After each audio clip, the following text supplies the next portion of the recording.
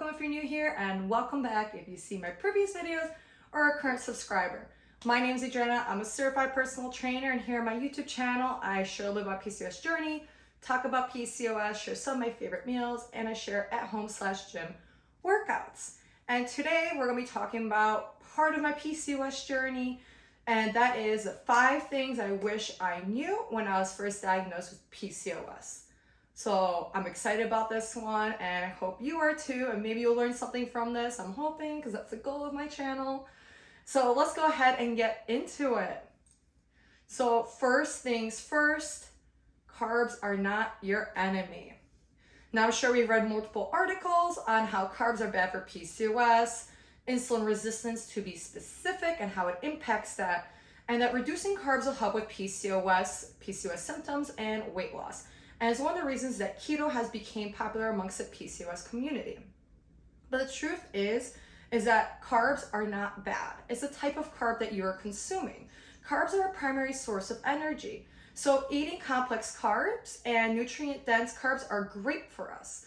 It's the refined and processed carbs that we need to avoid. So think of like the Wonder Bread of like breads, and like the Wonder Bread of like other carbs you may be consuming. So like refined pastas, pastries, all that stuff, and like processed muffins, yeah, you get the point.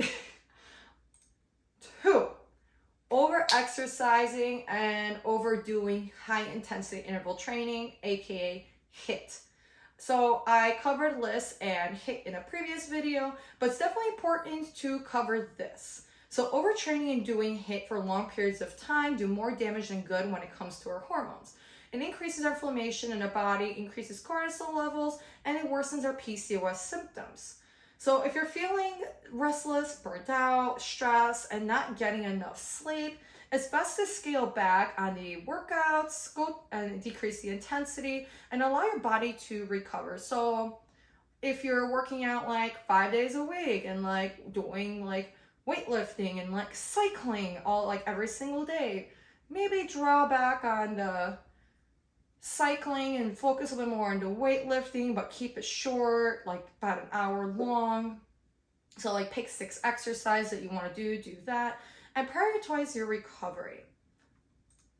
Now 3, food is fuel. A nutrient-dense diet gives your body what it needs to function, and it decreases inflammation and helps regulate blood sugar levels. Also, many women with PCOS have nutrient deficiencies according to peer-reviewed studies. I also made a video about this. If you want to go ahead and look at it, just go scroll through my videos. It should be nutrient deficiencies in PCOS. I think I made it about a month back from like this video, maybe a month or 2 back. I don't know. You'll find it. There's a title. But so eating foods that have nutrients and minerals that our body needs is beneficial.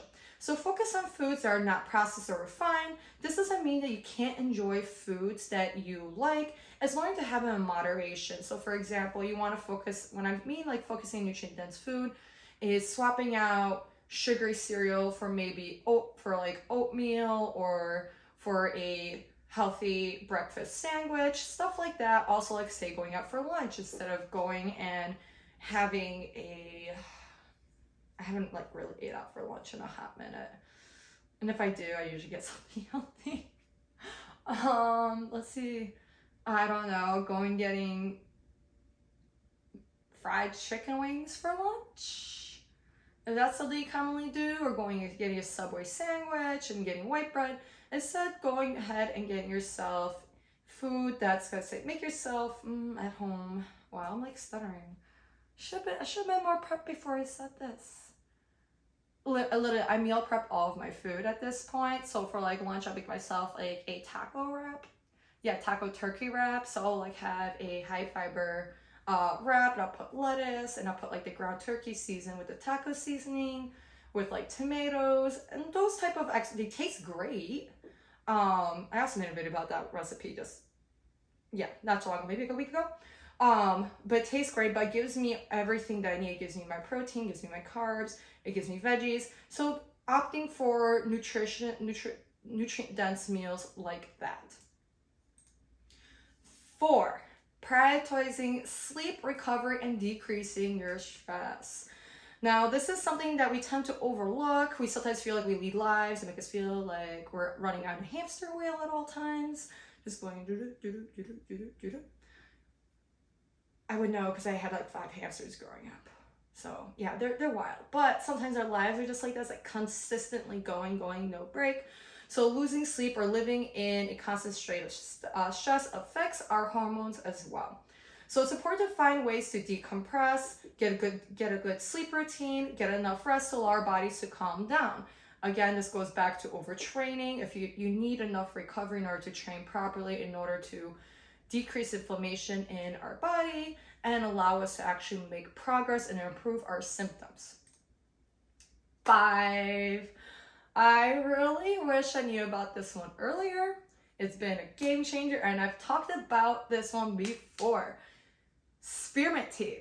So I've talked about spearmint tea before, but it's, like I said, it's a game changer. There's been multiple studies that have been done on spearmint tea and its effects on PCOS. So it helps lower down our androgen levels, aka our male testosterone levels. Because of that, it helps with acne, hair loss, and hirsutism. So that's like excess facial growth. You could also get in other places of the body. It also helps with promoting relaxation and decreasing stress levels. So the studies tell us you'll start seeing benefits within 2 weeks as long as you're drinking 2 cups of this every single day. I've been doing it. I've seen phenomenal results. It's part of my everyday routine. I love it.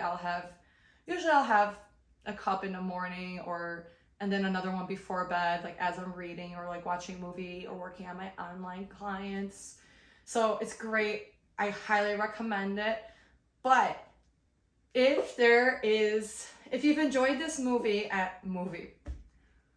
you enjoyed this video, or you may know of something else you'd probably like want to share, drop a comment below, hit that like and subscribe button. It's a great way to show support to my channel so I could continue talking about PCOS, showing my favorite foods and my workouts. I really hope you're able to learn something from this. Again, if you know something that I haven't mentioned that's helped you with PCOS, drop it in the comments below. I'd love to learn about it.